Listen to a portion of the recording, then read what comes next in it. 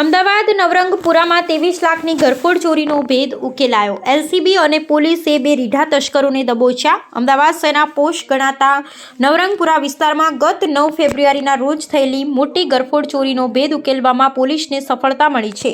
Navrangpura police અને LCB zone 1ની ટીમે સંયુક્ત કાર્યવાહી કરી બે આરોપીઓ અને એક સગીરને ઝડપી પાડી લાખોનો મુદ્દામાલ રિકવર કર્યો છે. ચોરીની ઘટનાને તપાસનો દોર નવરંગપુરામાં આવેલા નક્ષત્ર એપાર્ટમેન્ટમાં 9 ફેબ્રુઆરીના રોજ તસ્કરોએ ત્રાટકી અંદાજિત ₹23 લાખના દાગીનાની ચોરી કરી પલાયન થઈ ગયા હતા. આ મામલે ફરિયાદ નોંધાતા નવરંગપુરા પોલીસ અને એલસીબીની ટીમે તપાસના ચક્રો ગતિમાન કર્યા હતા.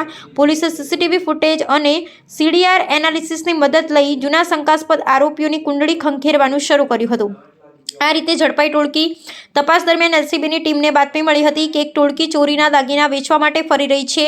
આ બાતમીને આધારે પોલીસે વોચ ગોઠવી ફરહાન ઉર્ફે ટેડી પઠાણ અને ફરહાઝ મોહમ્મદ અંસારીની ધરપકડ કરી હતી. તેમની સાથે કાયદાના સંઘર્ષમાં આવેલા એક સગીર વિરુદ્ધ પણ કાયદેસરની કાર્યવાહી હાથ ધરવામાં આવી છે. મુદ્દામાલ અને આરોપીઓની મોજ મજા પોલીસે આરોપીઓ પાસેથી નીચે મુજબનો મુદ્દામાલ જપ્ત કર્યો છે. સોના ચાંદીના દાગીના, વિદેશી ચલણ, ડોલર અને દિહાર્મ, ચોરીમાં વપરાયેલી મોટરસાયકલ, કુલ કિંમત ₹17.24 લાખ. પૂછપરછ દરમિયાન ચોંકાવનારો ખુલાસો થયો છે કે આ આરોપીઓ બંધ મકાનોને નિશાન બનાવતા હતા. ચોરી કર્યા બાદ જે રકમ મળતી તેનાથી તેઓ મુંબઈ અને ગોવા જેવા શહેરોમાં જઈને જલસા કરતા હતા. નવરંગપુરા પોલીસ અને એલસીબી ઝોન 1ની ટીમે ટેકનિકલ સર્વેલન્સને આધારે આ ઘરફોડ ચોરીનો ગુનો ઉકેલ્યો છે. આરોપીઓ પાસેથી મુદ્દામાલ રિકવર કરી આગળની તપાસ હાથ ધરવામાં આવી છે. અહેવાલ હિતેશ ઠક્કર, અમદાવાદ. નવરંગપુરા પોલીસ સ્ટેશન વિસ્તારમાં આવેલા નક્ષત્ર એપાર્ટમેન્ટમાં 9 ફેબ્રુઆરી 2026ના સાંજના સમયે એક ઘરફોડ ચોરીનો બનાવ બનેલ હતો. કુલ 23 લાખથી પણ વધુનો મુદ્દામાલ આ ચોરીમાં ગયેલાની ફરિયાદ દાખલ કરવામાં આવેલી હતી.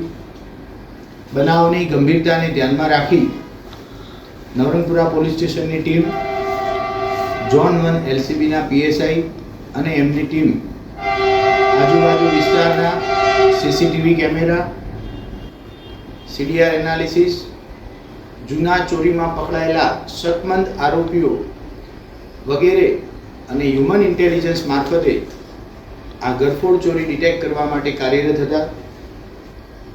આ પ્રયત્નોમાં ઝોન 1ની એલસીબી ટીમને એવી માહિતી મળેલ કે બે આરોપી કે જે ચોરાયેલા દાગીના વેચવાની ફિરાકમાં અમદાવાદ શહેરમાં ફરતા છે.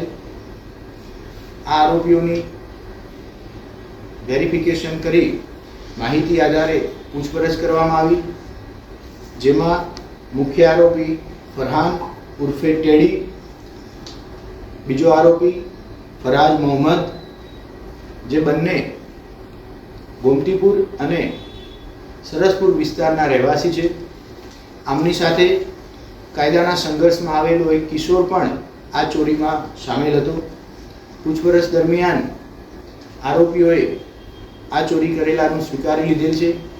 આરોપી પાસેથી ચોરીના કામે વપરાયેલ મોટરસાયકલ, સોના ચાંદીના 14 લાખથી પણ વધુ કિંમતના દાગીના અને વિદેશી ચલણ 2 લાખથી પણ વધુ કિંમતના કબજે કરવામાં આવેલા છે. કુલ 17 લાખથી પણ વધુનો મુદ્દામાલ આ ચોરીના કામે રિકવર કરવામાં આવેલો છે.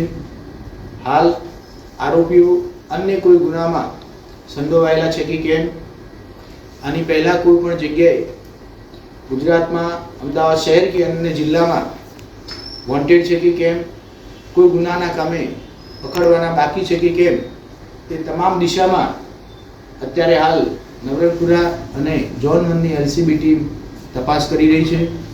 ખાસ કરી આ આરોપીઓની મોડસ ઓપરેન્ડન્સી એ રીતની છે કે પોતે બાઇક લઈ અને નીકળી પડે, રોડ ઉપરના કોઈ મકાન બંધ હાલતમાં હોય અથવા કોઈ પણ એપાર્ટમેન્ટમાં પાર્સલ આપવાના બહાને જાય અને જે બંધ મકાન હોય તેને તોડી તેમાંથી ચોરી કરી લેવાના અને ત્યારબાદ ગુજરાતના અલગ અલગ શહેર, મુંબઈ, ગોવા વગેરે જગ્યાએ જઈ પોતાના અંગત મોજ શોખ ખાતે આ લોકો ચોરી કરતા હોવાનું અત્યાર સુધી પ્રાથમિક તપાસમાં બહાર આવેલું છે.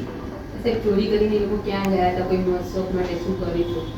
ચોરી કર્યા બાદ પોતે આ દાગીના વેચી અને એની રોકડ રકમ મેળવી અને પછી ગુજરાતની બહાર કોઈ જગ્યાએ ફરવા માટે જવાની ફિરાકમાં હતા એવું પ્રાથમિક તબક્કે આરોપી પાસેથી જાણવા મળેલું છે. બે આરોપી અને કાયદાના સંઘર્ષમાં આવેલો જે કિશોર છે એમાં ફરહાન નામનો જે આરોપી છે એ ગોમતીપુર વિસ્તારમાં અગાઉ એક ઘરફોડ ચોરીમાં પકડાયેલો છે. મિત્રો છે કે શું છે ને આવું પ્લાનિંગ ચોરીનું ક્યાંથી એ લોકો શરૂ કરે? છેલ્લા ઘણા વર્ષોથી આ લોકો આ પ્રકારની એમો ધરાવી અને નાની મોટી ઘરફોડ અને દુકાન ચોરી કરતા હોય છે. ત્રણેય એક જ વિસ્તારમાં રહેતા હોવાથી પોતાના એકબીજાના સંપર્કમાં છે અને આ રીતે ઇઝી મની આવતા હોવાથી તેઓ ઘરફોડ કરવાના કામમાં પરોવાયેલા રહે છે. સાહેબ, આપણો જે ગુનો બન્યો હતો નવરંગપુરાનો, એ વિસ્તાર એ ઘર આ લોકોએ કઈ રીતે આઈડેન્ટિફાઈ કર્યું, રેકી કરી, શું કઈ રીતે ખબર પડી કે અહીંયા દાગીના હોઈ શકે? સામાન્ય સંજોગોમાં આ આરોપીઓ બાઇક લઈ અને નીકળે, જનરલ સંજોગોમાં રોડ ઉપરના બંધ મકાનને ટાર્ગેટ કરતા હોય છે. કેટલાક સંજોગોમાં એપાર્ટમેન્ટમાં કોઈ પાર્સલ આપવાના બહાને ઉપરના બીજા ત્રીજા ચોથા માળ ઉપર જઈ બપોરનો સમય, સાંજનો સમય, જ્યારે સામાન્ય સંજોગોમાં નાગરિકો કોઈના કોઈ કામે ઘરને લોક મારી બહાર જતા હોય એ પ્રકારે રેન્ડમલી બંધ ઘરને ટાર્ગેટ બનાવવાની હકીકત સામે આવેલી છે. સાહેબ, 23 લાખની ચોરી હતી, 17 લાખનો મુદ્દામાલ છે, 6 લાખના મુદ્દામાલનું શું કર્યું? અત્યારે હાલ બાકીનો મુદ્દામાલ એમને